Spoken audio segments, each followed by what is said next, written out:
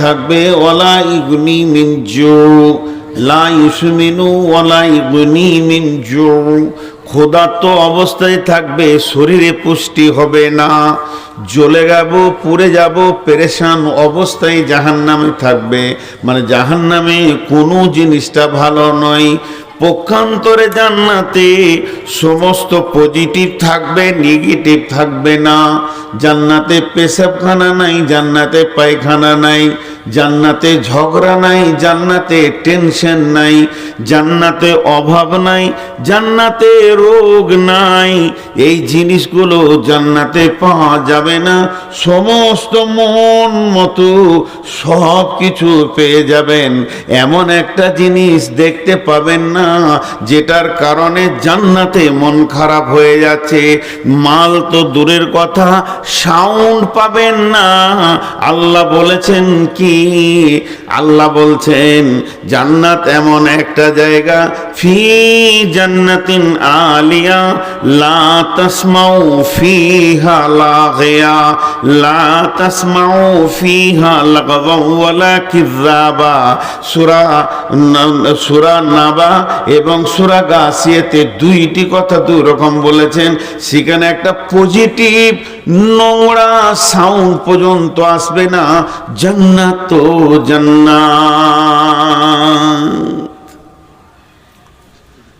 জান্নাতের বিকল্প কোনো ভাষা নাই। জান্নাত তো জান্নাতি। ট্রেস দেওয়ার জন্য বলছি, জান্নাত তো জান্নাতি।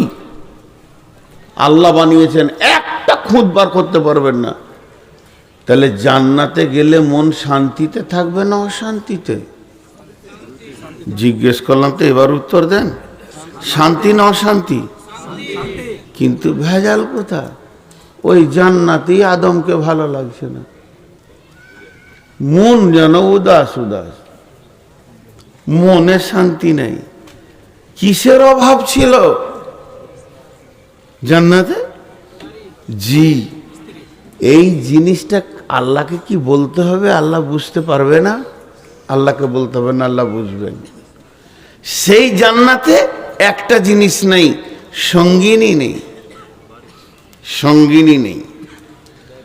শরীরের ভিতরে একটা তরঙ্গ আছে, যে তরঙ্গ মানুষের শরীরে ঠিক টাইমে চলে আসবে, আল্লাহকে দরখাস্ত দিতে হবে না। সেই তরঙ্গটা যখন আসবে, পুরুষের কি নারী, তার চাল চলন, চোখ, উঠা বসা সব আলাদা ভঙ্গি হয়ে যাবে। সে যেন পিপাসিত হয়ে গেছে, এখন তার পানির দরকার, কিছু একটা চাইছে।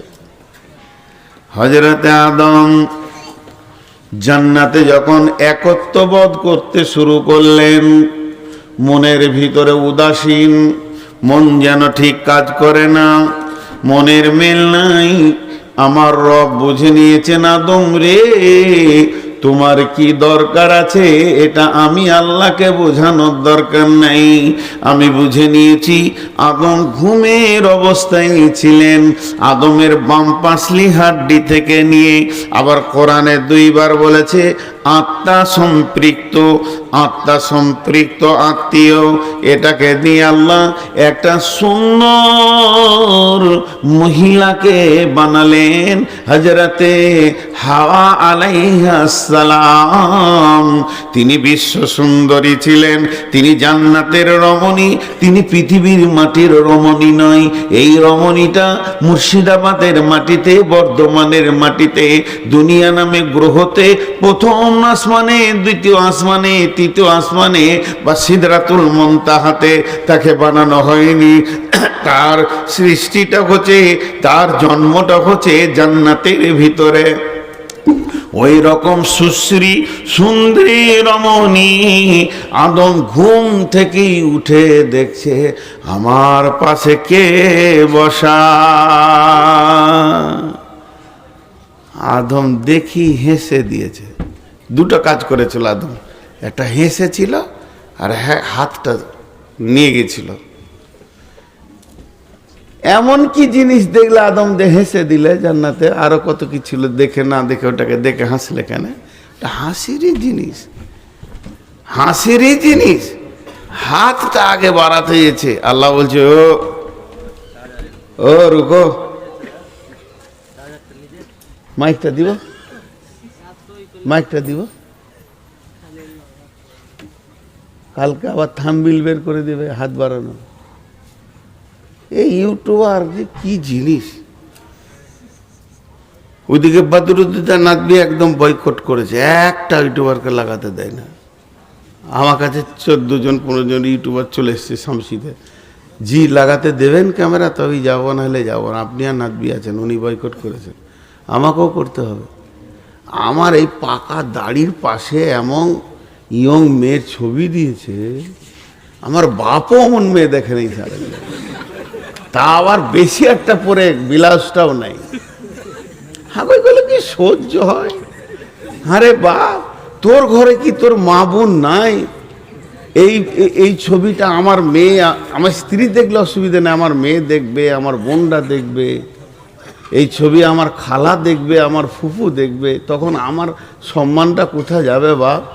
তোদের পায়ে ধরছি বাপ, এগুলো করিস না বাপ। জগন্নাথ এসব করিস না বাপ, তোরা ছবি অন্য কিছু দিস।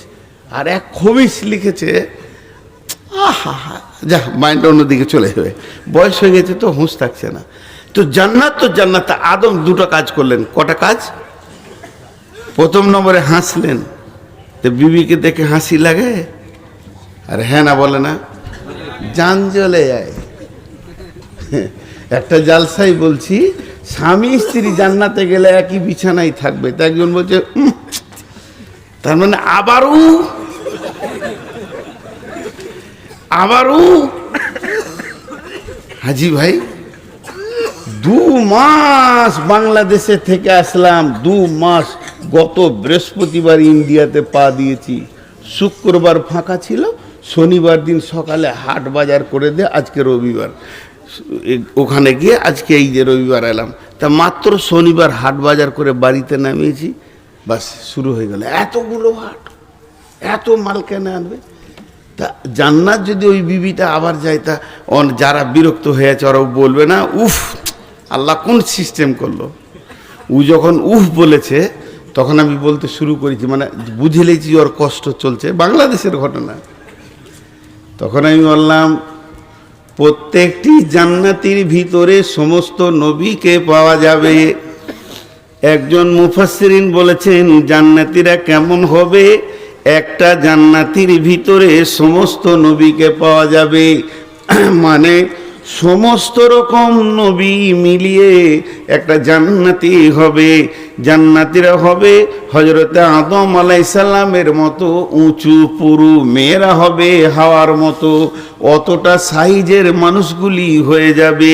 প্রত্যেকটা জান্নাতির হৃদয়টা, দিলটা হবে আইয়ুব আলাইহিস সালামের মতো। প্রত্যেকটি জান্নাতির বাহ্যিক চেহারাটা হবে হযরতে ইউসুফ আলাইহিস সালামের মতো।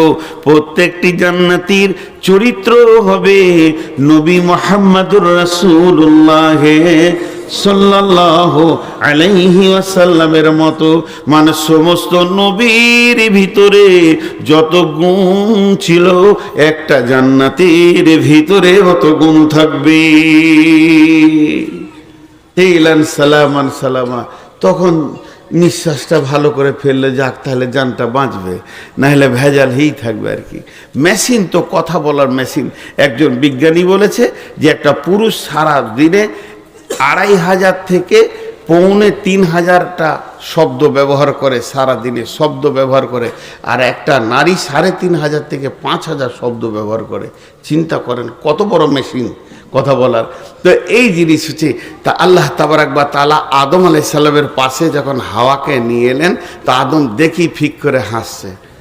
হাসি তো লাগবেই তোকে, একা আছে, বন্ধু বান্ধবও নাই, বান্ধবীও নাই, বিবিও নাই, একাকি ভালো লাগে। পুরুষ এমন একটা মানুষ এমন একটা প্রাণী যাকে বলা হয়েছে মানুষ সোশ্যাল, সমাজ নিয়ে সামাজিক প্রাণী। সমাজ ছাড়া চলতে পারবে না। মানুষকে একা যদি কোনো বিলে দাঁড় করিয়ে দেওয়া হয়, হতাশা হয়ে মারা যাবে সামাজিক প্রাণী। আর দ্বিতীয় কাজ কি করতে গেছে? হাতটা দিতে গেছে হাওয়ার গায়ে। তা আল্লাহ বলছে ওই রূপ বিয়ে পড়াই আগে। তার মানে পুরুষের এটা নিচার আছে, এটা নিচার আছে। নাহলে আমি এখানে যখন জালসায় আসছি তো দেখছি জোড়া জোড়া ঘুরছে, এখানে 2-3টে জোড়া দেখলাম, তা মনে মনে করলাম তোরা তো জোড়া থাকবি রে, আজকের যে সুযোগ পেয়েছিস জোড়াটা না থাকবি তো কবে থাকবি বল। আমি কেন ডিস্টার্ব করবো, আমি বুড়া, আমার দাড়ি পেকে গেছে, আমি চোখ মুজে চলেই গেলাম। বোরখা পরে কানে এমনি করে কথা বলছি, হাওয়া আদমেও বলেছিল কিনা আল্লাহ জানে। তো এখানে দেখলাম যে এইভাবে কথা বলছে, আল্লাহ আকবার। এরপরে আল্লাহ বলছেন يا أيها الناس اتقوا ربكم الذي خلقكم من نفس واحدة وخلق منها زوجها وبث منهما رجالا كثيرا واتقوا الله الذي تساءلون به والأرحام إن الله كان عليكم رقيبا।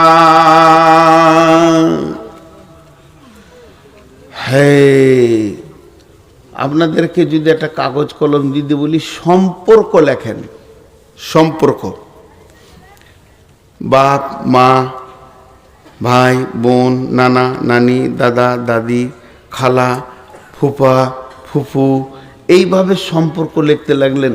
তো 2 রকম সম্পর্ক পাবেন।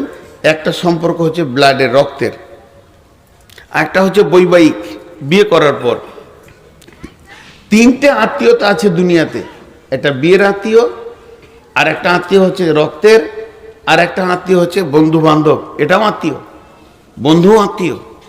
3টে আত্মীয় আছে। লিখতে লিখতে 1 পাতা লিখে দিলেন। প্রথম সিরিয়াল নম্বর আত্মীয় কি? স্বামী স্ত্রী। মালাই জি না, স্বামী স্ত্রী, প্রথম সম্পর্ক স্বামী স্ত্রী। আর এই স্বামী স্ত্রী সম্পর্কটা জন্ম নিয়েছে জান্নাতের ভিতরে। আদম আর হাওয়া, ভাই কোথা ছিল বাপ, আর বাপই কোথা ছিল, মাই বা কোথা ছিল। কিন্তু এই স্বামী স্ত্রী এই সম্পর্কটাকে অতি হেউ চোখে দেখা হয়। এই 2-3 দিনের মধ্যে একটা তালাক হতে চলেছে আমার এলাকায়, নাম জিজ্ঞেস করবেন না, আমার কাছে খবর এসছে যে আপনি থাকবেন, বলে আমি থাকবো না। কেন তালাক হতে চলেছে? স্বামী স্ত্রী অনেক গভীর মেল, এইটা ছেলের মা বোন বাপ মেনে নিতে পারছে না। আমার ছেলে এত ভালোবাসবে কেন? কিন্তু ছেলেটা চাচ্ছে মেয়েটাকে, মেয়েটা চাচ্ছে ছেলেটাকে, বাপের চাপ। তালাক হতে চলেছে। দেখেন তো প্রথম আত্মীয় হচ্ছে স্বামী স্ত্রী। কিরকম করে?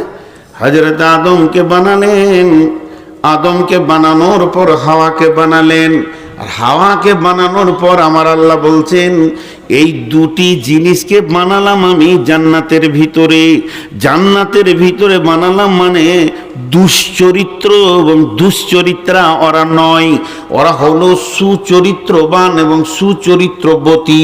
ওদের দুজনকে আমি কাছাকাছি করে দিলাম, ফ্রি করে দিইনি। প্রথম বিয়ে করেছিল হযরতে আদম, শোনে মন দিয়ে অধম, প্রথম বিয়ে করেছিল হযরতে আদম। আদম নবী যদি বিয়ে না করিত, মানুষের সন্তান হতো গরু ছাগলের মতো, শুয়োর কুকুরের মতো।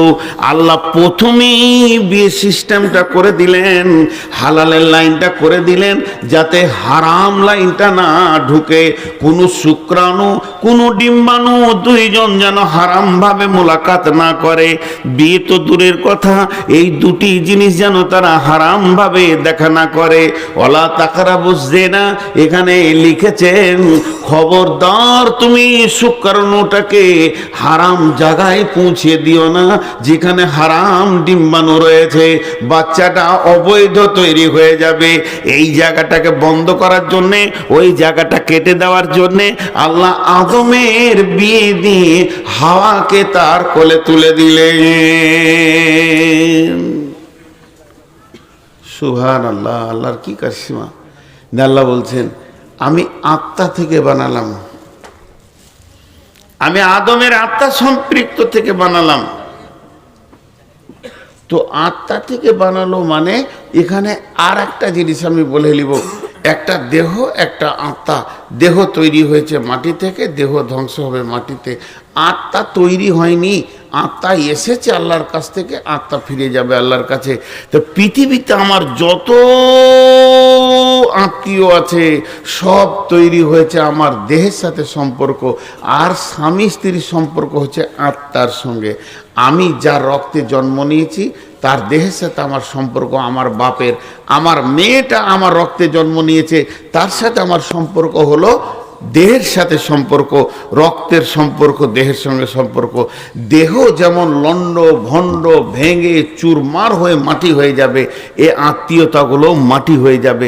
আর স্বামী স্ত্রীর সম্পর্কটা হয়েছে আত্মা থেকে, মিন নাফসিন ওয়াহিদাতিন, মিন নাফসিন ওয়াহিদাতিন ওয়া খালাকা মিনহা যাওজাহা। আত্মার যেমন মত নাই, আত্মা ইল্লিন সিজ্জিনে যাবে, জান্নাতে যাবে, জাহান্নামে যাবে, এই আত্মার যেমন মত নাই, স্বামী স্ত্রীর সম্পর্কের কোনো শেষ নাই। জাহান্নামে দুজন আছে, জ্বলবে, কেউ কাউকে খেয়াল রাখতে পারবে না, আগুন এমন ভয়ঙ্কর।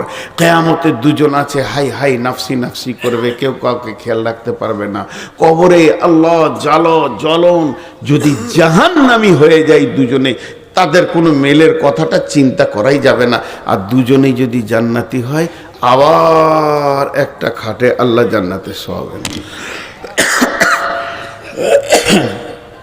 আবার একটা খাটে আল্লাহ জান্নাতে শোয়াবেন। তাইলে এই সম্পর্কটা কত গভীর।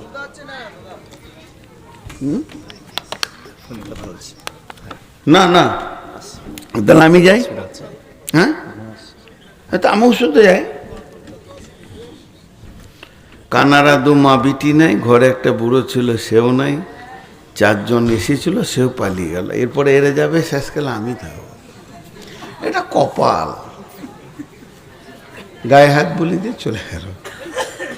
আমার ওস্তাদ বলতেন, সিরাজুল কানা তু থাক, রাত থাকলো আর মাইক থাকলো।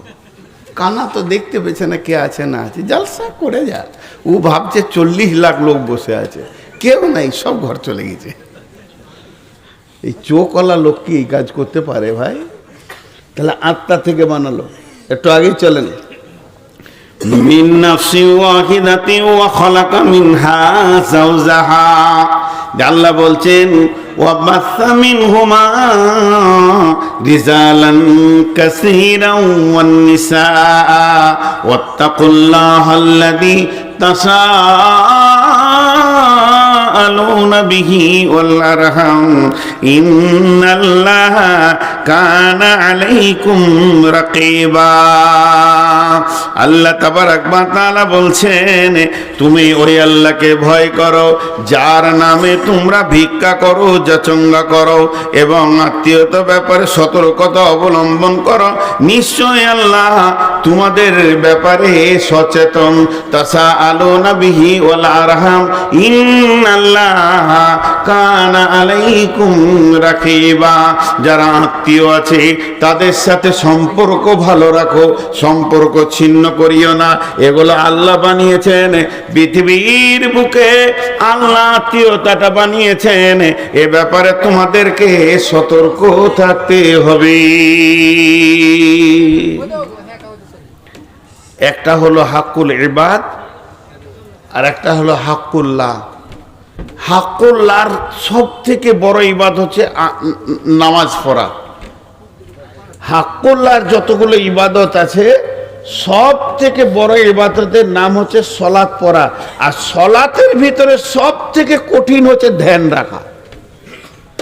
আর হাক্কুল ইবাদ যতগুলো আছে, সব থেকে বড় ইবাদত হচ্ছে আত্মীয়তাকে গছিয়ে রাখা, সব আত্মীয়কে রাখা। কিন্তু এর ভিতরে কঠিন হচ্ছে আত্মীয়ের মনকে ঠিক রাখা। দেখবেন, যে বোনটার পেছনে আপনি বেশি খরচা করবেন, মহব্বত করবেন, যাকে বেশি সময় দেবেন, ওই বোনটার সাথেই আপনার রাগারাগি। যে ভাইটার জন্য আপনি পেরেশান, তার পড়াশোনা, চাকরি, ওঠা বসা, লেনদেন, ওই ভাইটাই আপনার সাথে কথা বলবে না। এত কঠিন। তাসাআলুনা বিহি ওয়াল আরহাম। আল্লাহ বলছে আত্মীয়তা ঠিক রাখো। আর আল্লাহ তোমাদের ব্যাপারে সচেতন। খুব ধ্যান দেন, আমি আয়াতটা ধীরে ধীরে তর্জমা করছি। তাহলে এই আয়াতে আল্লাহ তাবারাক ওয়া তাআলা বললেন, আর স্বামী স্ত্রী সম্পর্কটা জান্নাতে তৈরি হলো। এবার একটু আগিয়ে যাই দ্বিতীয় আয়াতে। বিসমিল্লাহির রহমানির রহিম। ওমিন আয়াতিহি ওমিন আয়াতিহি আন খালাকা লাকুম মিন আনফুসিকুম আজওয়াজান লিতাসকুনু ইলাইহা ওয়া জাআলা বাইনাকুম মাওয়াদ্দাতাও ওয়া রাহমা ইন্না ফি যালিকা লাআয়াতিন লিকাউমিন ইয়াতাফাক্কারুন। আয়াত মানে নিদর্শন। ভাই একটু মনোযোগ দেন, কিছু উচ্ছৃঙ্খল মানুষ কথা বলছে, এগুলো খারাপ। খুবই প্রয়োজন হলে আপনাদের বাইরে চলে যাওয়া উচিত। আর এই ছেলেগুলো লাফালাফি করছিস রে বাবা, একটু ধ্যান দিয়ে শোন, ভালো না লাগে চুপ করে বস। আল্লাহ বলছেন নিদর্শনের কথা। তা আল্লাহকে পাওয়ার ব্যাপারে যে নিদর্শনগুলো কোরআনে আল্লাহ ব্যবহার করেছেন সেগুলো গাধা আছে, বিভিন্ন আয়াত আছে।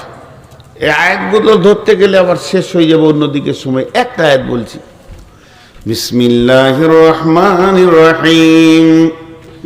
ইন্না ফি খালকিস সামাওয়াতি ওয়াল আরদি ওয়া ইখতিলাফিল লাইলি ওয়ান নাহারি লাআয়াতিন লিউলিল আলবাব।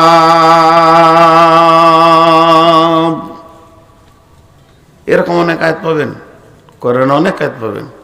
আফালা ইয়ানজুরুনা ইলা ইবলি কাইফা খুলিকাত ওয়া ইলাস সামাই কাইফা রুফিয়াত ওয়া ইলাল জিবালি কাইফা, অনেক আয়াত পাবেন। এই আয়াত আল্লাহ কি বলেন? নিশ্চয়ই সৌরজগৎ সৃষ্টি করার ব্যাপারে, আসমানে যা ঝুলছে, যা দৌড়ছে, নক্ষত্র, তারা, প্লুটো, নেপচুন যা রয়েছে, মঙ্গল, বুধ গ্রহ, সৌরজগতের সৃষ্টি দেখে এবং জমিনকে সত্যবক আমি বানিয়েছি, জমিনের ভিতরের কারিশমাকে দেখে এবং দিবারাত্রির যে পরিবর্তনটা হতে রয়েছে, রাত দিনের পেছনে দৌড়ছে, দিন রাতের পেছনে দৌড়ছে, কিয়ামত পর্যন্ত কেউ কাউকে ধরতে পারবে না, দ্রুত গতিতে দৌড়ছে। সূরা ইয়াসিনে আল্লাহ বলছেন এইগুলো যখন জ্ঞানী ব্যক্তিরা দেখবে তো ওই জায়গাতেই আমাকে খুঁজে পেয়ে যাবে। লিউল আয়াতিল লিউলিল আলবাব। আলবাব মানে হচ্ছে জ্ঞানী সম্প্রদায়। জ্ঞানী সম্প্রদায়রা এর ভিতর থেকে আমাকে খুঁজে পেয়ে যাবে। জি ভাই, একটু ধ্যান দেন। তোমার জ্ঞান আছে, আল্লাহকে দেখো। আল্লাহকে তো দেখা যায় না, বলে আল্লাহর নিদর্শন দেখে তুমি আল্লাহকে বিশ্বাস করো। কত আর বলবো, কত আর বোঝাবো। জি, তা আল্লাহ বলছেন তোরা অনেক দেখেছিস আমার নিদর্শন। আমার নিদর্শন দেখতে দেখতে তোদের জ্ঞানের ভান্ডার বেড়ে গেছে। আমি তোদেরকে জ্ঞান দিয়েছি, তবে একটা সুপ্ত আমার নিদর্শন তোদেরকে ধরিয়ে দিচ্ছি, হয়তো ওদের খেয়াল আছে কিনা নাই। ভাই মোবাইলের লাইটটা বন্ধ করেন। আপনি ইচ্ছা করে আমাকে জ্বলাচ্ছেন, বুঝতে পারছি। এটা আপনার করা উচিত হয় নাই, আল্লাহ মাফ করবে না। কিন্তু আপনি জানেন যে আমি মোবাইলে লাইট নিতে পারি না, তারপরও আপনি দিচ্ছেন। তা এদেরকে শুনতে দেন। আপনাকে বিরক্ত লাগছে, বাড়ি চলে যান। আপনি নিয়ত করছেন যে তোকে ঠান্ডা করে ছাড়বো, তোর করা কি দরকার আছে? আমি রুগী মানুষ, আস্তে আস্তে করে বলছি, আপনার হিংসা করা কি দরকার আছে? লালগোলা এলিয়ায় এমন একটা বাচ্চা নাই যে জানে না নূর মোহাম্মদ এটা নিতে পারে না। তো এবার সুপ্তভাবে লুকানো আছে, সেটাকে আল্লাহ খুঁজে বের করে দিয়ে বলছে দেখ আর একটা নিদর্শন কি। ওমিন আয়াতিহি আন খালাকা লাকুম মিন আনফুসিকুম আজওয়াজান লিতাসকুনু ইলাইহা ওয়া জাআলা বাইনাকুম মাওয়াদ্দাতা। আমার নিদর্শনের ভিতরে আর একটা নিদর্শন দেখ, লম্বা ভাবে তোরা দেখতে দেখতে চল, গোটাটাই দেখতে পাবি। আমি পুরুষের আত্মা সম্পৃক্ত থেকে তার বিবিকে আমি বানালাম। শুধু বানালাম এটাই নয়, দুইজনের ভিতরে বিরাট বড় পিপাসার মরুভূমি বানালাম। একজন আর একজনের কাছে যখন চাঞ্চল্য হয়ে যাবে, তারা চলে যাবে একজন আর একজনের কাছে। লিতাসকুনু ইলাইহা, পৌঁছানোর পরেই পরে আল্লাহ ওদের দুজনকে পিপাসার পানি দিয়ে শান্তি করে দেবে, আর ওর চাঞ্চল্যকে ঠান্ডা করে দেবে। পুরুষের উগ্রমতি ঠান্ডা হবে, মেয়েদের উত্তালটা ঠান্ডা হয়ে যাবে। আর ওই দুইজনের যখন দৈহিক সম্পর্কে মাখামাখি করবে, তখন আমি ওদের ভিতরে রহমত বর্ষণ করব। ওয়াজআলা বাইনাকুম মাওয়াদ্দাতাও ওয়া রাহমা। এই রহমতের দাবিদার, রহমতের মালিক একজনই, সেটা আল্লাহ। যাকে ইচ্ছা দেবেন, যাকে ইচ্ছা দেবেন না, সেই দানা আপনি তাদের মধ্যে দিব।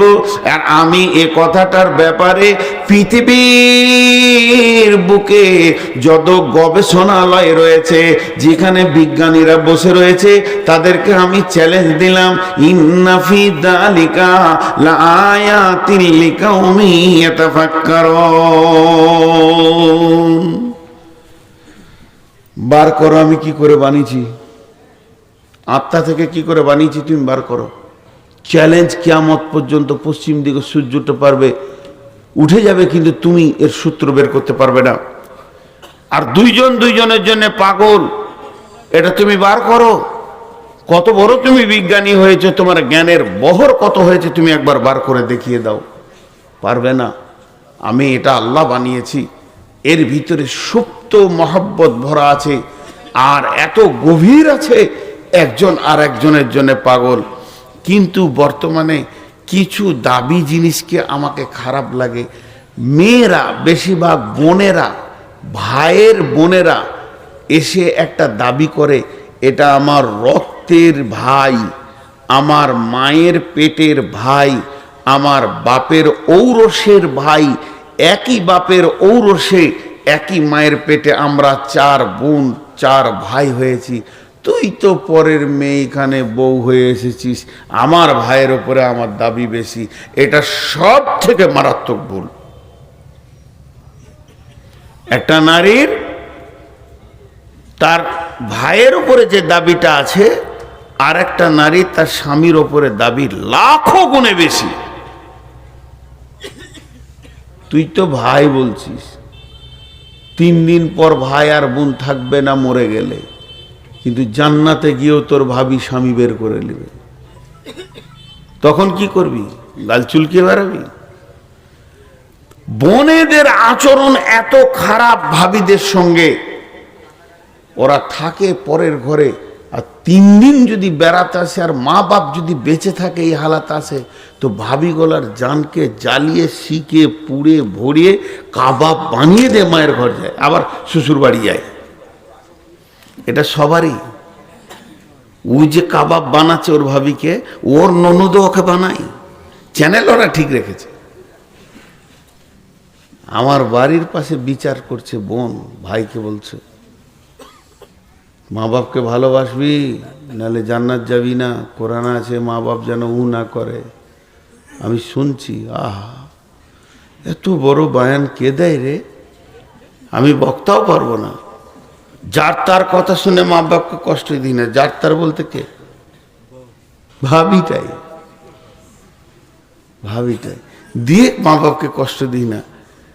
আর 2 দিন পরে শোনা গেল ওই ভদ্র মহিলা যে ওর ভাইকে জ্ঞান দিয়ে গেল বেড়াতে সেরাতে, ও 3 মাস নিজের শাশুড়িকে বাড়ির বারান্দায় উঠতে দেয়নি।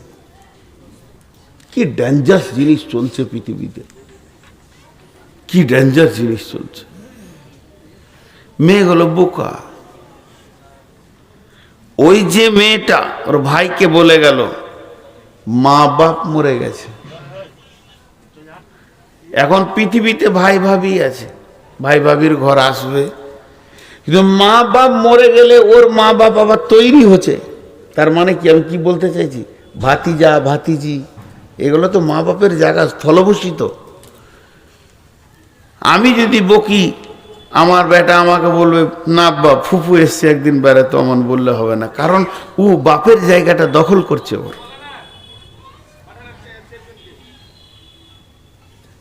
ওইদিকে পাঠাবো, এখানে কি কি পাঠাবো, কিটা পাঠাবো? আরে ভাই উঠে যাচ্ছ কেন, বলো কি পাঠাবো?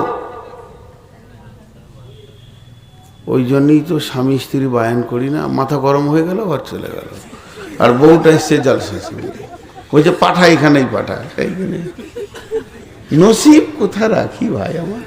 ফোন করছে তোর এই এহতিয়াত হচ্ছে না যে কোথা ফোন করছি, আর আমি হচ্ছি সব থেকে বদমাস বক্তা, এই কথাগুলো শুনি আমি। আবার আমি ওই চোখ মুজে বায়ান করতে পারি না, আমি নিজে বুঝি তারপর লোককে বলি।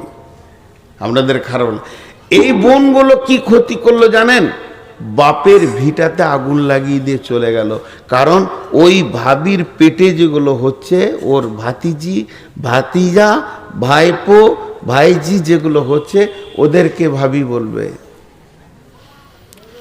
তোর ফুফি আমার জান জ্বলিয়ে দিয়েছে রে, আমার ভিতরটা জ্বালিয়ে দিয়েছে। তোর আব্বা ভালোবাসতো, কিন্তু তোর বড় ফুপু ছোট ফুপু যখন আসতো তখন তোর আব্বার হাতে মার খেয়েছি, এমন এমন কথা বলতো। এদের মিজাজ তৈরি হলো আমার মায়ের জান জ্বালিয়েছে আমার ফুফি। তো যখন ফুফি আসবে, টোটো থেকে নামবে, ভাতিজাকে বলে বাপ সালাম আলাইকুম, বাপ হলো হলো যাও, সালাম ফালাম পরে হবে। ছেলে এত গরম কেন? ও জানে যে আমার মায়ের জান জ্বালিয়েছে, এটা আমার মায়ের দুশ্মন। জীবনের মতো বাপ মায়ের ভিটা ভুলে যেতে হবে, এটা বুঝে না। ওই জন্যে যারা চালাক মেয়ে হয়, ভাবিকে আপন করে রাখে। আল্লাহ তাবারাক ওয়া তাআলা বলে দিলেন যে সারা পৃথিবীর সমস্ত পুরুষের চয়ন সুতুন শান্তি আছে তার স্ত্রীর কাছে। ওমিন আয়াতিহি আন খালাকা লাকুম মিন আনফুসিকুম আজওয়াজান লিতাসকুনু ইলাইহা ওয়া জাআলা বাইনাকুম মাওয়াদ্দাতাও ওয়া রাহমা ইন্না ফি যালিকা লায়াতিন লিকাউমিন ইয়াতাফাক্কারুন। দুটো আয়াত বললাম। এবারে দুজন কেমন করে দুনিয়াতে চলবে, স্বামী স্ত্রী কিভাবে চলবে, তারা কিভাবে দুনিয়া করবে। আগেকার জামানায় বিয়ে হলে পরে ওই দুইজনকে বিয়ে 3 দিন 4 দিন কি 5 দিন 10 দিন পরে, কি বিয়ের 1 দিন 2 দিন পরে তাদের কাছে নানা আসতো কিংবা দাদা আসতো, দাদিজি আসতেন, নানিজি আসতেন, আর ওই দাম্পত্যকে দুইজনকে বসিয়ে দিয়ে ছোট ছোট ছোট ছোট করে জ্ঞান দিতেন। বন্ধু, হে ভাইয়া, ওরে আমার বোন রে, নাতি রে, পুতি রে, তোমাদের বিয়ে হয়েছে মানে তোমরা মহা সমুদ্রে একটা কিনারায় নেমেছো। এই সমুদ্রটার নাম হলো দাম্পত্য জীবনের সমুদ্র। একজন আর একজনের হাত ধরবে, আর এমন মজবুত করে ধরবে, দাম্পত্যের সমুদ্রে মাঝে মাঝে বড় বড় জোয়ার উঠবে, ভাটি আসবে, তখন যেন হাতটা ছাড়া না হয়ে যায়। তুমি ওকে ধরবে, ও তোমাকে ধরবে, দাম্পত্য সমুদ্রকে পার হয়ে পরপারে যেতে হবে, তবেই তোমরা কামিয়াব হবে। আর সমুদ্রের মাঝে যদি একে অপরের হাত ছাড়া হয়ে যায়, এই জোয়ারকে সহ্য করতে না পারো, তাইলে দাম্পত্য জীবনে তুমি সুখী হতে পারবে না। এইভাবে ছোট ছোট ছোট ছোট ছেলে মেয়েদেরকে জ্ঞান দেওয়া হতো। আমাকে দিয়েছে, বিয়ে করে 1 সপ্তাহ হয়নি, সম্পর্কে দাদু হলো, দুইজনকে বসিয়ে কত কথা বললো, জ্ঞানের কথা সব। এরকম হবে, তুই সহ্য করবি, এরকম হবে, চলবি, জ্ঞানের কথা বলতো। মানুষে বলেছে, এখন আল্লাহ বলছেন। বিসমিল্লাহির রহমানির রহিম। আর রিজালু কাওয়ামুনা আলান নিসাই বিমা ফাদ্দালাল্লাহু বা'দাহুম আলা বা'দিন ওয়া বিমা আনফাকু মিন আমওয়ালিহিম ফাসসালিহাতুন কানিতাতুন হাফিজাতুন লিল গায়বি বিমা হাফিজাল্লাহ والتي تخافون نشوزهن فعظوهن واهجروهن في المضاجع واضربوهن فإن أطعنكم فلا تبغوا عليهن سبيلا إن الله كان عليكم رقيبا।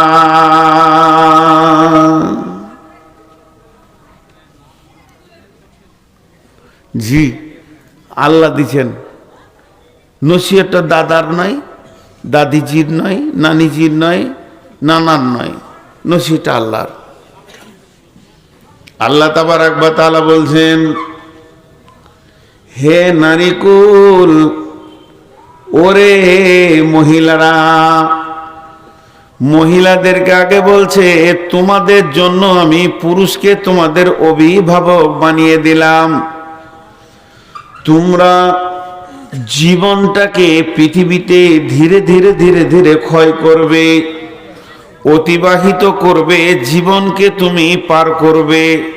খবরদার, স্বাধীন হয়ে জীবনকে পার করিও না। তুমি পরাধীনতা অবস্থায় তুমি অধীনস্থে জীবন কাটাবে, তোমার স্বামীর অধীনস্থে জীবনকে কাটাবে।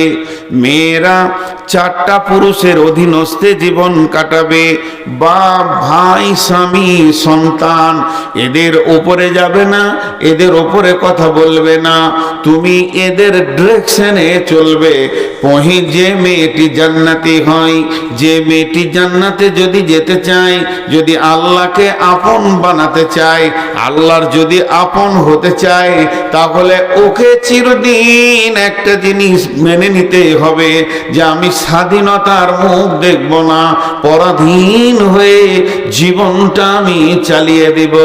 বাপের অধীনস্থে থাকবে, ভাইয়ের অধীনস্থে থাকবে, স্বামীর অধীনস্থে থাকবে, এবং সে স্বামী মারা গেলে ছেলের অধীনস্থে থাকবে। আল্লাহ তাবারক ওয়া তাআলা বললেন, তোমার তো সুখ শান্তি জান্নাত নিয়ে দরকার, তবে কেন দুনিয়াতে স্বাধীন বিচরণ তুমি করবে, তোমাকে অধীনস্থে জীবন কাটিয়ে আসতে হবে। আর পুরুষকে বলল, পুরুষ, তোমাদেরকে অভিভাবক বানালাম, তোমাদেরকে ওদের মালিক বানালাম, মালিকানা সত্ত্বটা তোমাদেরকে দিলাম। কেন দিলাম? তুমি পুরুষের জন্য দিলাম। এর কারণটা হচ্ছে ওকে তোমাকে আগলিয়ে রাখতে হবে, ওর ভুল ত্রুটির ময়দান থেকে তোমাকে বাঁচাতে হবে, যেন ওর দ্বারা কোনো ভুল না হয়ে যায়, গুনহার ময়দানে না চলে যায়, গুনহার ময়দানে যেন না যায়, এ খেয়ালটা তোমাকে রাখতে হবে। আজকে কত রকম স্কুলে পড়ছে বোন, ভাইয়ের কোনো খবর নাই, কলেজে পড়ছে মেয়ে, বাপের কোনো খবর নাই, ভার্সিটিতে পড়ছে মেয়ে, স্বামীর কোনো খবর নাই, যা মন তাই অবাধ চলাফেরা। আমি অবাক হই, আমি অবাক হই ওই মহিলাদের গার্জেনের ওপরে, যাদের যে মহিলাগুলো মেলাতে খেলাতে নোংরা জায়গায় ঘুরে, তাদের যে অভিভাবক নিশ্চিন্তে বিছানায় ঘুমাতে পারে, আর তার অধীনস্থ নারী অবাক চলাফেরা করে, এদের উপরে আমি অবাক হই, এদের ব্যাপারে আমি চিন্তা করি। কেন এটা হবে? কোরআন বলছে, আমি কোরআনের আয়াত বলছি আপনাদেরকে, আমি আয়াত পড়ে বলছি। আল্লাহ তাবারক ওয়া তাআলা বলছেন, আর রিজালু কাওয়ামুনা আলান নিসা, হে পৃথিবীর পুরুষ, তোমরা অভিভাবক। দুনিয়াতে আপনার বুঝে না আসতে পারে, একদিন আপনার বুঝে আসবে। কখন? যেদিন কিয়ামত হবে, কিয়ামতের মাঠে বিচার হবে। মা আমার, বোন আমার, যত পুরুষ আল্লাহ কিয়ামতের আদালতে জমা করবেন, পুরুষকে সামনে রেখে পুরুষের বিচার হয়ে যাবে। কিন্তু যখন কোনো মেয়েকে আদালতে তোলা হবে, কাঠগড়ায় তোলা হবে, তার গুনহার ব্যাপারে যখন তাকে প্রশ্ন করা হবে, তখন মেয়েটি একা কাঠগড়ায় যাবে না, ওর সঙ্গে 4টা পুরুষকে রাখা হবে। বাপকে রাখা হবে, ভাইকে রাখা হবে, স্বামীকে রাখা হবে, সন্তানকে রাখা হবে। আর মেয়েটি যার পিরিয়ডে, যার জামানায় গোনা করেছে, ওই পিরিয়ডে ওই জামানার লোকটাকে দাঁড় করিয়ে তার হিসাব নেওয়া হবে। তোমার অধীনস্থ মেয়ে কেন জালসায় গিয়ে অপর পুরুষের কাছ থেকে বাদাম খেয়েছে, কথা বলেছে, এটাও জেনা, এটাও কাবিরা গুনাহ। জবানের জেনা, চোখের জেনা, হাতের জেনা, পায়ের জেনা, শরম গায়ের জেনা, মগজের জেনা, মগজের জেনা।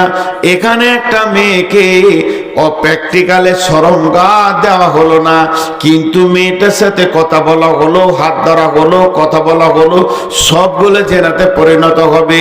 ওই প্রশ্ন যখন করা হবে মেয়েটাকে, তুমি 27শে ডিসেম্বর জালসাতে গেছিলে লালগোলা, আর অবাধ চলাফেরা করে জালসা না শুনে 3টে ছেলের সঙ্গে গল্প করেছো, কেন করেছো? এই কথাটা ওকে জিজ্ঞেস করার সঙ্গে সঙ্গে মেয়েটির বিয়ে হয়নি, বাপ আর ভাইকে দাঁড় করিয়ে বলা হবে, তোমার মেয়েটার, তোমার বোনটার বয়স চলছিল রানিং 17 থেকে 18 বছর, আর এই অবস্থায় তুমি জালসা শুনতে পাঠালে কেন? জালসা শুনে যে নেকিটা হবে, তার থেকে ওর বাড়িতে চুপ করে শুয়ে থাকলে বেশি নেকি হবে। এই অবাধ বেলামিশার থেকে ওর অত নেকি দরকার নাই। তুই বাড়িতে পড়ে থাক, তুই একটা কিতাব পড়, তোকে তৌহিদের কিতাব দিব, হাদিসের কিতাব দিব। মেয়েদের জালসা শোনা রাত্রিবেলায়, গভীর রাত্রিতে এসে ঘর থেকে বেরিয়ে দরকার নাই। এই যে প্রশ্নগুলো করা হবে, তখন বাপ ভাইকে প্রশ্ন করা হবে। স্বামীর জামানায় সে স্বামীকে বুঝিয়ে চলে এসেছে, কিন্তু অন্যজনের সঙ্গে পরকীয়ায় লিপ্ত হয়ে গেছে বা কোনো গুনাহ করেছে, স্বামীকে দাঁড় করানো হবে। ওই 4 জনকে একসঙ্গে গলাতে বেঁধে দিয়ে আল্লাহ জাহান্নামে ভরবেন। আর রিজাল কাওয়ামুনা আলান নিসা। এত সহজ জিনিস লয়। আমার গাড়িটা রাস্তায় চলছে, একটা ছেলে মোটর বাইক নিচে সামনে লাগিয়ে দিল। ওই তুই লাগালি কেন? কথাটা বুঝার চেষ্টা করেন। ওই তুই লাগালি কেন? জি আমি এই সাইড দিয়ে যাচ্ছিলাম। কাঁচটা তো ভেঙে দিয়েছিস, তুই গাড়ির কাঁচটা ভেঙে দিয়েছিস। একটু ধৈর্য ধরেন, এটা বুঝেন, আমি উদাহরণ দিচ্ছি। পাড়াপাড় 3টের গালে মেরে দিলাম। ও মনে মনে ভাবছে মারবি মারগা, কাঁচ তো ভেঙেছি, টাকা লাগলো না। ও চলে গেল, আমিও চলে গেলাম। ও কোথাকার আমি জানি না, আমি মুরব্বী বলে কিছু বলেনি, আমার দাড়ি পাকা।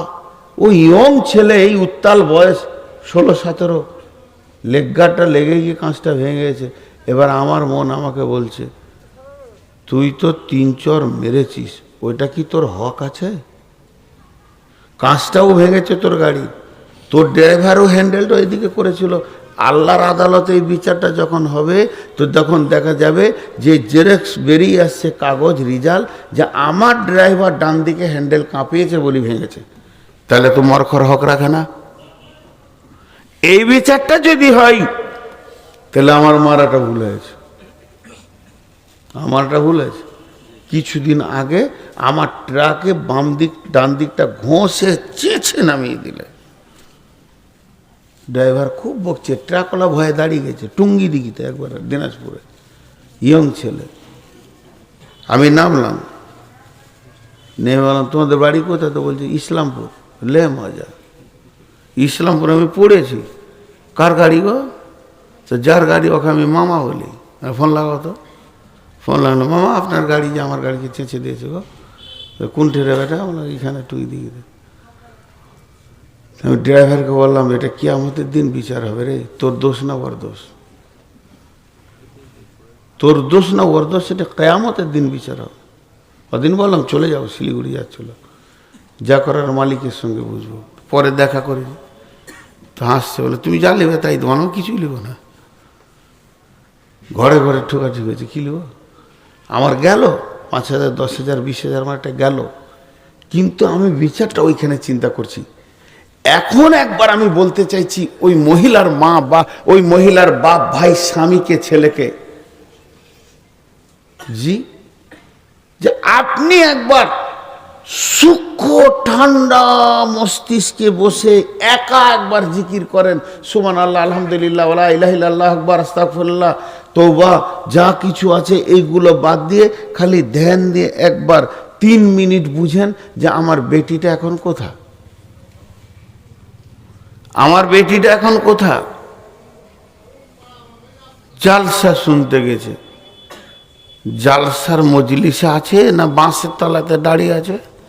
একজনে গলা ধরে কথা বলছো, যদি বলে থাকে তুমি তৈরি থাকো, আমি হাসাবার জন্য বলছি না। অনেক বক্তার অনেক ভঙ্গি আছে। আমি একটা বক্তাকে দেখছিলাম, ছেলে মানুষ, বুঝে ওই ওই তোর বাপের দোষ তোর মায়ের দোষ, আস্তাগফিরুল্লাহ। আমি আমার ভঙ্গিতে বোঝাতে চাইছি, আপনি ওখানে তৈরি হয়ে থাকেন, আল্লাহর আদালতে যদি আপনার মেয়ে মুজরিম হয়ে যায় তো আপনি একটা সেখানে আসামি। জি, হযরতে উমরের জামানায় একটা মেয়ের 3 বার বিয়ে হয়েছে, 3 বার, খালি মসজিদে নামাজ পড়তে যায়। কত পরেজগারু, 3 বার বিয়ে হয়ে গেছে। তো একজন সাহাবী বলছে এবার আমি বিয়ে করবো, আবার তালাক হয়েছে। বলছে পারবো কে রুখতে? ও যাবেই মসজিদ, আর ওর চাল চলনি আলাদা। স্বামী মানে না, দুপ করে ছেড়ে দেয়, আরেকজনা লোভে পড়ে, এরকম। বলছে ঠিক আছে যাক। তো বিয়ে করে ওকে বলছে দেখো তুমি মসজিদ যাবো না, ঘরেই নামাজ পড়ো, এখন সেই জামানার নাই। বলছে মাথা খারাপ, আমাকে মসজিদ থেকে রুখতে কেউ পারেনি, আগের 3টে পারেনি, তুমিও পারবে না। বলছে যাও, ফজরে কিংবা ঈশাতে, ইশারাই বলবো, বুঝলেন? ওর স্বামী লুকিয়ে আছে রাস্তার ধারে, ওর নিজের স্বামীটা, আর অপর পুরুষের কাপড় চোপড় পরে মুখ টুক ঢেকে নিয়ে ওকে ধরেলে চুমাচাটি খেলেছে, ছেড়ে দিয়ে পালিয়েছে নিজের স্বামী। ও ওখান থেকে মসজিদ থেকে ঘর চলে এসছে, যাও নামাজ পড়তে, না যুগ জামানা খারাপ। স্যার কি হলো আর বলছে না, কি হলো আর বলছে না, ও যাও মসজিদ, কাঁটা বসে গেল আর মসজিদ গেল না। একটা গ্রামে আমাদের বর্তমানে আন্দোলন চলছে, গ্রামের নাম বলবো না, সব ইউটিউবে প্রচার হয়ে যাবে, 3 দিন পর জিজ্ঞেস করবে। মহিলাদেরকে মসজিদে নিয়ে যাব, আর একদল মুরব্বী, পাকা দাড়ি, একদম মুরব্বী, তারা বলছে মহিলাদেরকে মসজিদে নিয়ে যাওয়া যাবে না। এই আলেমের দল আর ওরা হচ্ছে জাহিলের দল, ওদের ভেতরেও মুরব্বী 2-1টা আলেম আছে। কথাটা ধ্যান দেন একটু, দীর্ঘদিন ওদের লড়াই চলছে। দিয়ে ওই গায়ে জালসা আছে, আমি প্রধান বক্তা আছি, মুরব্বীরা বলছে এত বড় মৌলবি যখন আসছে ওকেই শুধাবো। হাজি ভাই আমার পুঁজি আছে, আমি তো ফতোয়া দিই না, উত্তরও দিই না। তা আমি ঠিক মাগরিবের সময় ঢুকে গেছি ওই গ্রামে, একজন আলিম এসে বলছে যে হুজুর এই মসজিদে মেয়েরা নামাজ পড়বে, এ ব্যাপারে আপনার মত কি? মত আবার আমি দিব নাকি, আমি নবী নাকি? ফাইনাল আছে, রাসূলুল্লাহ সাল্লাল্লাহু আলাইহি ওয়াসাল্লাম বলেছেন ওদের যাওয়া জায়েজ আছে, আজও মক্কা মদিনায় যাচ্ছে, তো ওইটাকে না করো, আমি কি বিরাট বড় নবী হয়ে এলাম নাকি? আমি তো ফতোই দিতে পারি না, আমি লোকের কাছে ফতোয়া নিয়ে নিয়ে চলি, আমার অত বহর নাই। আমি 2-4টা কিতাব দেখে মানুষকে 2-4টা কথা বলি, আমার নিজস্ব কোনো বহর নাই। তা আমি কি ফতোয়া দেবো? জায়েজ আছে তো যাবে। তো ফিক করে হাসছে, মানে মসজিদ যাবে, ওই গ্রুপেও আছে। ওর মনটা খুশি হলো, বলছে আজকে জালসাই ভালো করে বলবেন, বলবো। দিয়ে তারপরে ওকে আমি জিজ্ঞেস করছি, আমার থেকে ছোটো তো, ওর নাম ধরে ডাকলাম, দিয়ে বললাম ওর বাড়ির পেছনে রোড আছে, রোড হাই রোড, বাস যেছে, ট্রাক সাঁসা করে দিচ্ছে। হাজি এই রোডে ট্রেন যাবে না? কেন যাবে না? চালাইলেই যাবে ট্রেনটা। ট্রেন যাবে, কিন্তু ট্রেন যাওয়ার আগে আরেকজনকে যেতে হবে। কে? লাইন। ট্রেন যাওয়ার আগে কে যাবে? লাইন যদি পেতে দেওয়া হয় ট্রেন যাবে কি যাবে না? বিশ্ব নবী আগে লাইন পেতেছেন, তারপরে ট্রেন চালিয়েছেন। আগে আইন করেছে মেয়ের গায়ে হাত দিলে গর্দন ছেঁটে দাও। সেই আইন সৌদিতে যখন হয়েছে, নিরাপত্তা 100% মেয়েরা পেয়েছে, তখন মসজিদ নিয়ে গেছে। এখন বাড়িতে বাপ ভাই রুখতে পারছে না, চারিদিকে পরক্রিয়া চলছে। আর মসজিদের নামে যদি সব মসজিদে তোমরা ফতোয়া দিয়ে দাও, তারা ফজরের সময় উঠে বলবে তাহাজ্জুদ পড়তে চললাম। 3 দিন পর দেখবে ছেলে বাচ্চা ডেলিভারি করাতে হবে। আগে লাইন চালাও, তোমার গায়ে আইন তৈরি করো। যারা মদ খেয়েছে তাদের গর্দন ছেড়ে দিব, যারা মেয়ের গায়ে হাত দিচ্ছে তাদের গর্দন ছেড়ে দেব, জেনাকারীর গর্দন ছেড়ে দেব। রসুলের আইনগুলো আজও মক্কাতে চালু আছে। গায়ে তুই হাত দিয়ে দেখ, 70 ভরি সোনা পরে একাই মেয়ে যুবতী, টকবগে যুবক নামাজ পড়ে মসজিদ থেকে চলে যাচ্ছে। এই তুমি কে, কোথা বাড়ি বলার ক্ষমতা নাই, জিপ ছেটে দেবে, ওরা চালাবে।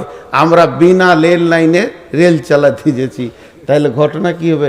এশার নামাজ পড়ে ছেলে কোলে নিয়ে বাড়ি আসবে।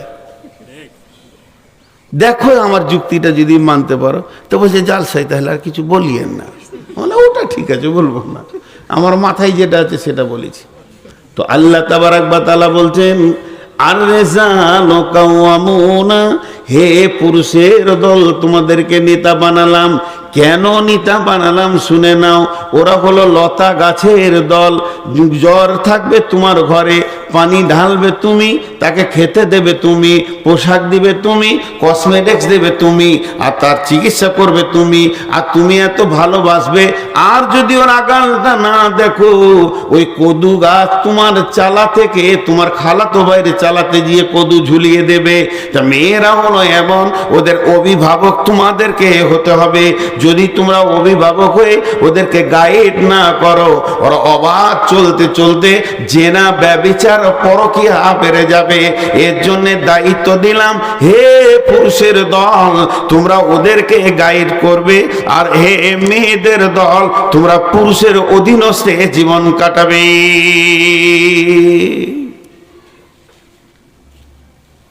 কাটাবে। 12টা বেজেছে। আজকে ক তারিখ?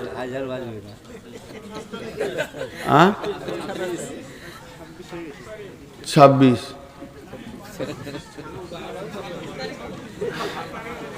কোন ভের ওটা?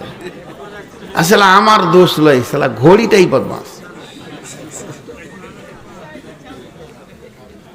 তো আপনারা একটু শুনে নেই, আরেকটা খালি শেষ করে দিই। বিরক্ত হচ্ছেন না তো? ভালো লাগছে? ভালো লাগার লেগে বসে আছে। অবশ্যই ভালো লাগে। আমি কিছু বলে যেতে চাইছি যে মেয়ে এবং ছেলে উভয়ে বুঝুক। তাহলে এদেরকে পুরুষ করা হয়েছে, মাঝে আবার মাথা মোটা মনে মনে করছে আল্লাহ আমাদেরকে এমনি অভিভাবক করেছে, আমি কি কমজোর আছি নাকি? ও তো নিয়ে আলাম, ছেলে পিলে ছিল না, দিলাম 4টা ছেলের মা বানিয়ে, তাহলে কি আমি বেটা ছেলে কম আছি নাকি? আল্লাহ বলছে তুই একটা ছেলে বানাবি, তোকে 2 বছর লেগে যাবে, 1 বছর লেগে যাবে একটা ছেলের মা বানাতে। আর একটা নিকৃষ্ট হারাম প্রাণী আছে শূকর, ওর যে ইঞ্জিন কত জোর, ও 1 সিজনে 1.5 ডজন বানাবে। তাহলে ও কি বড় আল্লাহর ওলি হয়ে গেল নাকি? ছেলে বানানোটাই যদি আল্লাহর ওলি হওয়ার প্রতীক হতো, তাহলে তো সবাই হয়ে যেত। খাও, কামাও, আর বাচ্চা পয়দা করো, 3টে কাজ করো, যখন ডাক আসবে চলে যাও। জি না, আল্লাহ এটা ক্লিয়ার করছেন, বিমা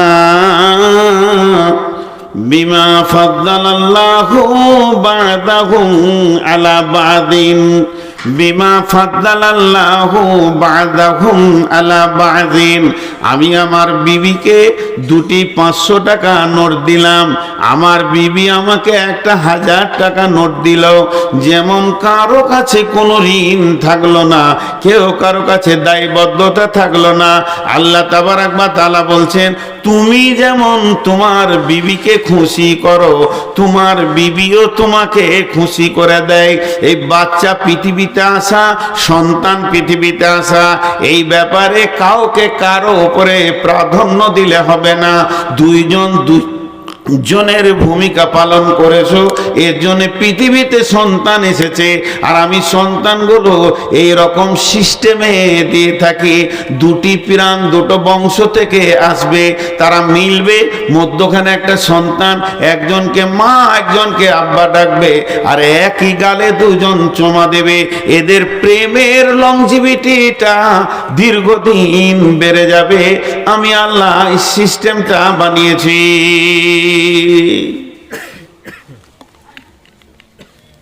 সিস্টেমটা বানিয়েছি। তবে তুমি পুরুষ কেন? পুরুষকে বলছে তবে তুমি পুরুষ কেন? ওয়াবিমা আনফাকু মিন আমওয়ালিহিম, ওয়াবিমা আনফাকু মিন আমওয়ালিহিম। তাই আমি এই জন্যে তোমাদেরকে পুরুষ বানিয়েছি। তুমি গ্রীষ্মে পুড়ে যাবে, শীতে কাঁপবে, বর্ষায় ভিজে যাবে। তুমি ভ্যান টানবে, টোটো টানবে, রিক্সা টানবে, কুলিগিরি করবে, তুমি মার্কেটে দৌড়বে, বাইকে দৌড়বে, যাতে দৌড়বে।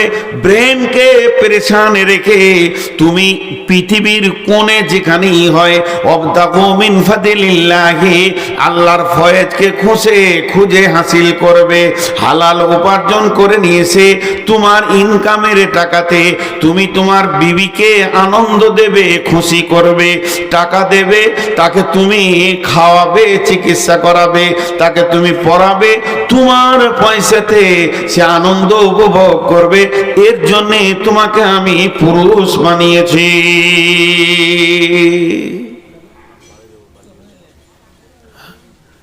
পুরুষেরা নারীদেরকে খাওয়াবে, বিবিকে ও বলেছে পুরুষেরা নারীদেরকে খাওয়াবে।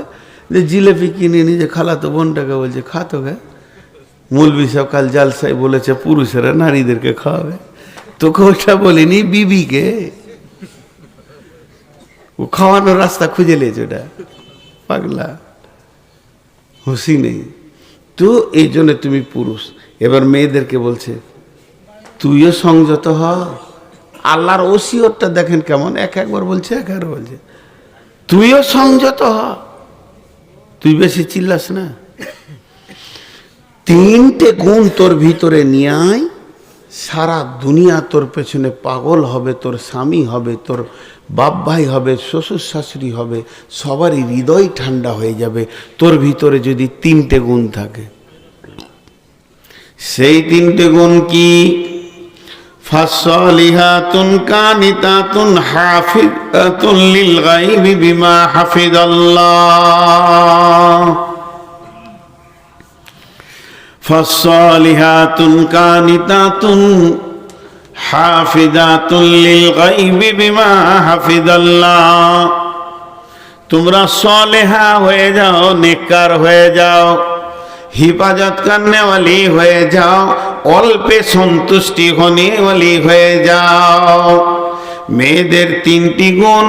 1 নম্বরে হলো তুমি সলেহা হয়ে যাও, 5 ওয়াক্ত নামাজ পড়নে वाली হও, রোজা রাখনে वाली হও, স্বামীকে মাননে वाला হও এবং তুমি পর্দায় থাকনে वाला হও।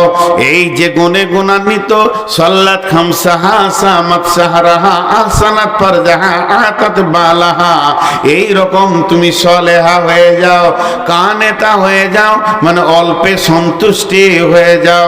যে এতে অল্পেই তুমি সন্তুষ্ট হবে, বেশি লাফালাফি করবে না, বেশি চাইবে না।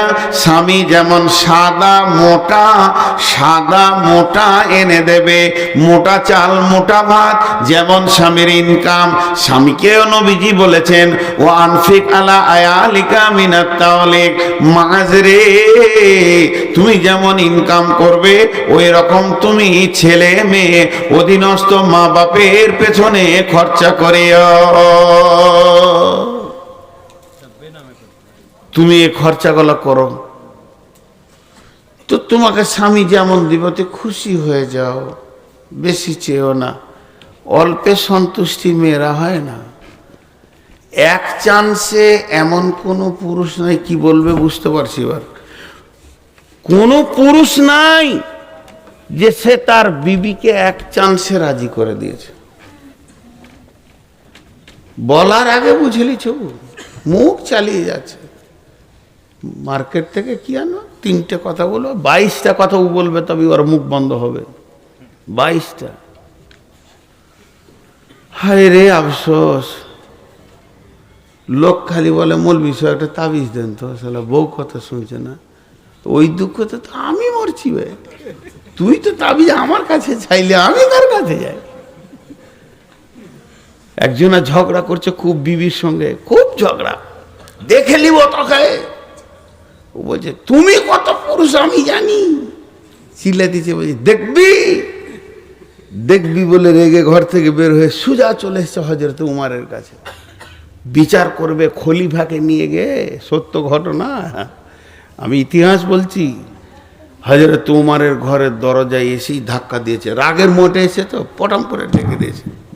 আর ডেকি কান দিয়ে শুনতে পেয়েছে উমারের বিবি উমারকে ঝুটছে খুব। উমারের মতো বীর একটা আঙুলের ইশারায় 18 লক্ষ বর্গ মাইল শাসন করেছে, যাকে দেখলে শয়তানও রাস্তা ছেড়ে দিত, তাকে ওর বিবি মেশিন চালাইছে, সেলাই মেশিন, খাচার খাচার খাচার খাচার খাচার। উমার চুপ করে বসে আছে। বলা হয়ে গেল, ধাক্কাটাই দিয়ে দিয়েছে প্রথমেই, এটাই হয়ে গেল ভাজাল। হযরত উমার ভাবছে কেউ ডাকছে আমাকে, খলিফা মানুষ, নেতা মানুষ ডাকতেই পারে। দরজা খুলে দেখছে একজন ওই দিকে চলে যাচ্ছে, ওই ও ভাই, ও আল্লাহর গোলাম, বলছে আমার কাজ হয়ে গেছে, আমি যে কাজে এসেছিলাম আমার বিচার শেষ। বলছে এসো ভাই, এসো ভাই, এসো কাছে এসো। খলিফার ডাকার না বলতে পারলে না, এসে বলছে জি হুজুর বলেন, কি বলছে। না আমি কেন বলবো ভাই, তুমি বলবে, ধাক্কা তো তুমি দিয়েছো। হুজুর বিবির সঙ্গে ঝগড়া করছিলাম, তা বিবি এমন এমন কথা বলছে, তোমার কলিজাটা জ্বলে গেল। তো আমি বলি দাঁড়া, উমারকে ডেকে নিয়েছি, এসে দেখছি আপনার ঘরে একই কেস। তা কেস দিব আর কাকে? হযরত উমার মিষ্টি মিষ্টি করে বলতে লাগলেন, আমার কথাগুলো ধ্যান দিয়ে শোনো। প্রথম নম্বরে ওই মহিলা আমাকে গরম গরম খাবার বানিয়ে খাওয়ায়। 2 নম্বরে ওই মহিলার পেটে আমার বাচ্চাগুলো হয়েছে, কত কষ্ট করে ডেলিভারি নিয়ে দৌড়ে বেরিয়েছে। 3 নম্বরে প্রসব যন্ত্রণা সহ্য করে আমার বাচ্চাগুলোকে দিয়েছে। 4 নম্বরে আমার বাচ্চাদের পেশাব পায়খানা নিজের হাতে সাফ করেছে। তারপরে তুমি গুনে চলো, ওই মহিলা নিজের দুধ খাইয়ে আমার বাচ্চা মানুষ করেছে। মহিলা আমার কাপড় সাফ করে দেয়, আমার খানা পাকায়, রুটি পাকায়, মহিলা আমার সেবা করে। তারপরে সর্বোপরি মহিলা আমার যৌবন জগতের একটা বান্ধবী। তাহলে এতগুলো কাজ ওই মেয়েটা আমার করে, সামান্য বকলো তা কি হলো, চুপ করে শুনতে রয়েছি। অঙ্কে তো আমি জিতে আছি। তখন বলছে হুজুর জি জি জি হ্যাঁ বুঝেছি, আমিও ঘর যাই, উপকুক কি আর করব।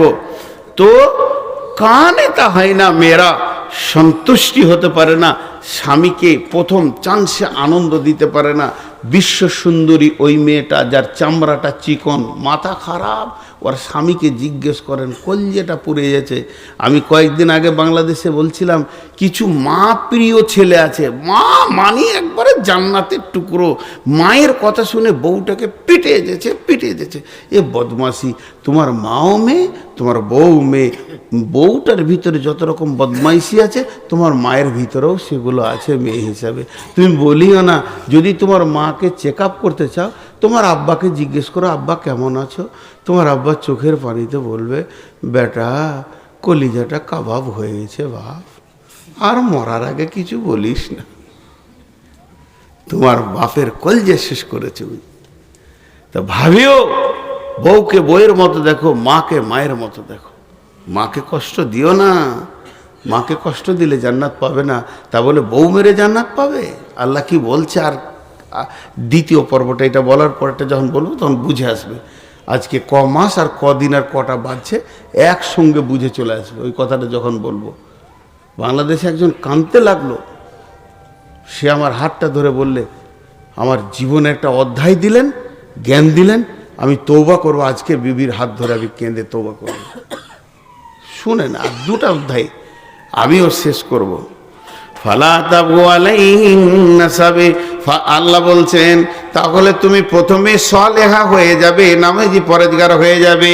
2 নম্বরে স্বামীকে সন্তুষ্ট রাখবে, অল্পে সন্তুষ্টি হয়ে। 3 নম্বরে তুমি হাফেজা হয়ে যাও। হাফেজা মানে হিফাজত করনেওয়ালি হয়ে যাও। প্রথম নম্বর তোমার বডিটা তোমাকে হেফাজত করতে হবে। দ্বিতীয় নম্বর তোমার জরায়ুতে তোমার স্বামীর শুক্রাণু পৌঁছে গেছে, ওটাকে হেফাজত করতে হবে, ওষুধ দিয়ে নষ্ট করলে হবে না। 3 নম্বরে স্বামীর মালের হেফাজত করতে হবে। এরপরে আল্লাহ পুরুষকে কি বলছে শুনেন, আল্লাহ পুরুষকে বলছেন, ওয়াল্লাতী তাখাফুনা নুসুজাহুন্না ফাইযুহুন্না ওয়াহজুরুহুন্না ফিল মাজাজি'i ওয়াজরিবুহুন্না ফাইন আতানাকুম ফালা তাবগু আলাইহিন্না সাবিলা ফাইন আতানাকুম ফালা তাবগু আলাইহিন্না সাবিলা ফাইন আতানাকুম ফালা তাবগু আলাইহিন্না সাবিলা ইন্নাল্লাহা কানা আলাইকুম রাকিবা। আল্লাহ কত বড় কথা বললেন। এটা যদি কোনো পুরুষ বুঝতে পারে তার জীবনের অধ্যায় চেঞ্জ হবে, আমি বিশ্বাস করি। জি, আল্লাহ কি বলছেন দেখেন। আল্লাহ এবার পুরুষকে বলছে, তোমাকে যদি তোমার মনে হয় যে তোমার স্ত্রী একটু বদমাশ হয়ে গেছে, চরিত্রের দিকে যাবেন না মাথাটা নিয়ে, কথাবার্তা শুনছে না, যেমন তাই করছে, মাকে এটা ওটা বলছে, ভাইকে, তা তোমার প্রথম কাজ হবে আল্লাতী তাখাফুনা নুসুজাহুন্না, ওকে ভয় দেখাও, নসিহত করো। তুমি তো আলেম নাও, নসিহত জানো না, তা যাও একটা আলেমের কাছে জিজ্ঞেস করে এসো, একটা হাদিস শিখে এসো, 2টা বিবিকে বলো, শোন আল্লাহ জান্নাত দেবে, সুখে থাকবি। জি, এই যে ওসিয়ত করো, বোঝাও। আমার যখন মেয়েটা হয়নি তো তখন আমি মাসে 2 মাসে একটা জালসা করি, একবার পুরো ইয়ং, আর বিয়ে হয়েছে মোটামুটি বছর 2 হলো 3 হলো, তো 2 মাসে একটা জালসা পেতাম। কোথাও ডাকতো, 200 টাকা দিত, যেতাম, মাগরিবে পরেই দিয়ে দিত, ঘর চলে আসতাম।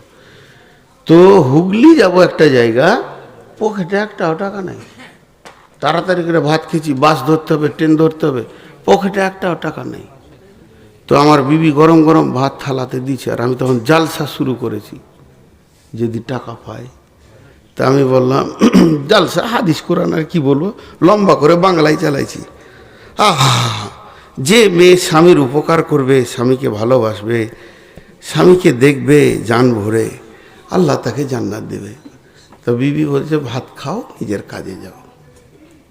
নিলে না, ওসিয়ত গরম হয়ে গেছে, লিছে না, কেটে গেল, থেদ কেটে গেল। আবার শুরু করলাম।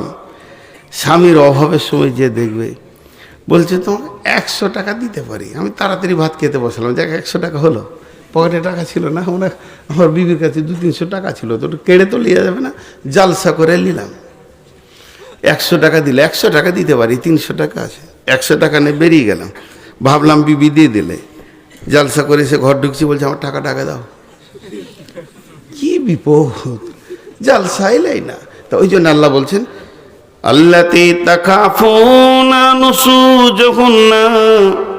নুশুজাহুন্না ফাইজুহুন্না, তোমার বিবিকে যদি তোমার নজরে মনে হয় অসঙ্গত চলছে, ভালো লাগছে না, তার চলাফেরা চরিত্রের দিকে মাথা নিয়ে যাবেন না, চলাফেরা উঠা বসা কেমন লাগছে, তাহলে তুমি ছোট ছোট ওসিয়ত করো, আখেরাতের ভয়ে দেখাও, জাহান্নামের ভয়ে দেখাও।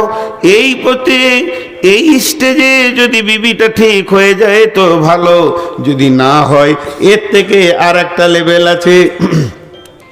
ওয়াহজুরুহুন্না ফিল মাজাদি'i, দুইজনের মধ্যখানে বিছানাটা আলাদা হয়ে করে দাও। একই রুমে তোমার বিছানায় ওকে উঠতে দিও না, নাহলে তুমি বিছানায় শুয়ে থাকবে, তুমি সরে অন্য জায়গায় শো। যদি শিক্ষিতা মেয়ে হয়, আল্লাহলি মেয়ে হয়, জীবনে স্বামীকে ছাড়া অন্য বিছানায় বিনা কারণে যাবে না। করে কুটুম এসছে, জায়গা নেই, সেটা আলাদা। রাগারাগি করে স্বামীর বিছানা ছাড়া অন্য বিছানায় যাবে না। তাতেও যদি ঠিক না হয়, 1 নম্বর গেল, 2 নম্বর গেল, 3 নম্বর আল্লাহ বলছেন ওয়াজরিবুহুন্না, ওয়াজরিবুহুন্না, ওয়াজরিবুহুন্না, মারো মারো, ওয়াজরিবুহুন্না, তুমি বিবিকে মারো, ওটা তোমার বিবি, তোমার কলিজা, তোমার প্রেমিকা, তোমার জানের জিনিস, তুমি ওকে মারো। কতটা পরিমাণ মারবে, শাসনে যতটা লাগে ততটাই মারবে, কিন্তু এমন করে মেরে দিও না হাতটা ল্যাংড়া করে দিয়েছো, কপালটা কেটে দিয়েছো, যেন মেয়েটা বিকৃতি হয়ে গেল, চেহারাটাই ওর সম্পদ তুমি নষ্ট করে দিলে। আর তুমি অ্যাক্সিডেন্টলি মারা গেলে স্ট্রোক হয়ে, আর তোমার বিবিকে দ্বিতীয় বিয়ে দিতে পারছে না, ওই মারের দাগ এমন হয়ে গেছে, এটা তোমার করার অধিকার নাই। যে আল্লাহ এবার কি বলছেন, ফালা তাবু আলাইহিন্না সাবিলা ইন্নাল্লাহা আলিয়ান কাবীরা। যদি সে ফিরে চলে আসে তাহলে তাকে মারার জন্যে কোনো পথ খুঁজিও না, নিশ্চয়ই আল্লাহ সবার উপর শ্রেষ্ঠ। এর মানে কি, ওইগুলো করে যদি তোমার বিবি পথে চলে আসে, মাকে আনন্দ দেওয়ার জন্য বিবিকে মারবে, এই কারণগুলো কারণ নয়। বোনকে খুশি করার জন্য বইয়ের গালে থাপ্পড় মারবে, এগুলো কারণ নয়। ছোট্ট করে একটা কথা বলছি, ছোট্ট করে, আপনারা 4টা মিনিট দেন, পুরো 12:30টায় ছেড়ে দিব। আমি অনেক বড় রুগী ভাই আমার, তাও আমি মাত্র 15 মিনিটের কনসিডার নিচ্ছি। তো ছোট্ট করে উদাহরণটা দিচ্ছি। ওই মেয়েটি যাকে আপনি বিয়ে করেছেন, যখন আপনার সঙ্গে বিয়েটা পড়ানো হয়নি তখন ও কে ছিল? শ্বশুরের বিটি, শালার বোন, আজও আছে, মানে ওদের দায়িত্বে ছিল, এটা বলছি। শ্বশুরের বেটি কিংবা শালার বোন বিয়ে করার পর তোমার পাত্রে এসে গেল ইজাব কবুলের ভিতর দিয়ে, তাহলে তুমি ওকে মেরেছ, তোমার শালা তোমাকে এসে বলেনি যে বোনটাকে কেন মারলে? তোমার শ্বশুর কত ভদ্র, এ কথাও বলেনি যে মেয়েটাকে কেন মারলে। কিন্তু আল্লাহ বলছেন আমি সবার উপরে শ্রেষ্ঠত্ব, তোর ওপরে, তোর বাপের ওপরে, তোর শ্বশুরের ওপরে, তোর শাশুড়ির ওপরে, তোর শালার ওপরে। আমার শ্রেষ্ঠত্ব হচ্ছে ফুল ফ্যামিলির ওপরে। আমি যেদিন কিয়ামতের মাঠে ধরবো, এটা তোর শ্বশুরের বিটি হওয়ার আগে আমার বান্দি। কার কার বান্দি? আমাদের বিবিগুলো কার বান্দি? দুটো দলিল, এটা একটা দলিল, আর একটা দলিল। বিশ্বনবী হাজ্জাতুল বেদাতে শেষ বক্তব্য যখন দেয় তখন বলেছিল, হে লোক সকল, তোমাদেরকে আল্লাহর দেওয়া নিয়ামতের ওপরে হেফাজত করিও, তাদেরকে কষ্ট দিও না। তার মানে আল্লাহর দেওয়া নিয়ামত বলতে বিবি বলা হয়েছে। আল্লাহ বলছে তোকে দিলাম আনন্দ করার জন্যে, আর তুই অবাধ মারলি। তা আল্লাহ একটা একটা লাঠি আর একটা একটা থাপ্পড়ের যদি বিচার ধরে, তুই যে পরশুদিন বিকালে ওর গালে 3খানা থাপ্পড় মেরেছিস তোর বোনের কথা শুনে, এই থাপ্পড়টা কেন মারলি, এই আদালতটা যদি আল্লাহ বসিয়ে দেয়, তুই 25 সালে ডিসেম্বরের 13 তারিখে তোর ঘরে মেহমান এসেছিল, একটা কথা শুনিনি, তা লাঠি করে 5 লাঠি মেরেছিস, কেন মারলি? আমি আল্লাহকে বুঝিয়ে দে তুই জান্নাত যা, সব স্বামী কাবু। এর জন্য বলছি মারার আগে ভাবিও ওর গালে যে চরগুলো থাপ্পড়গুলো পড়বে, পৃথিবীর কেউ যদি তোমার কাছে এর জবাব না নেয় তো আল্লাহ নেবে। এই জন্য আল্লাহ বলেছেন ফালা তাবগু আলাইহিন্না সাবিলা ইন্নাল্লাহা আলিয়ান কাবীরা। তুমি খবরদার যদি ঘুরে আসে ওকে মারার জন্য দ্বিতীয় কোনো পন্থা অবলম্বন করিও না। আর যদি এই রকম করে থাকো তো তুমি জেনে রাখো তোমাদের সবার উপরে আল্লাহ শ্রেষ্ঠত্ব রয়েছে। কেউ উঠবেন না, একজনও না। যতগুলো লোক বসে আছেন, কি জানি আল্লাহ আপনাদের দিলে কি দিয়েছে, আমাকে আপনারা ভালোবাসেন এটা আমি বুঝতে পারছি, আপনাদেরকেও আমি ভালোবাসি। একসঙ্গে সবাইকে চিনতে না পারলেও এখন আমি বাড়িতে চেঁচামেচি করি একটু কোনো কাজে, তা আমার ছেলে, আমার মেয়ে, আমার জামাই, আমার স্ত্রী বুঝে যে রুগী হয়ে গেছে। এখন ওনার বয়স যা হয়েছে, তারপরে সুগার এত বেশি, আর সুগারে যে মিজাজটা হয় এটা কারো হাতে কন্ট্রোল নাই ভাই। আমার মিজাজ ওই রকম হয়ে গেছে, এখনই কাউকে ধমকিয়ে দেবো।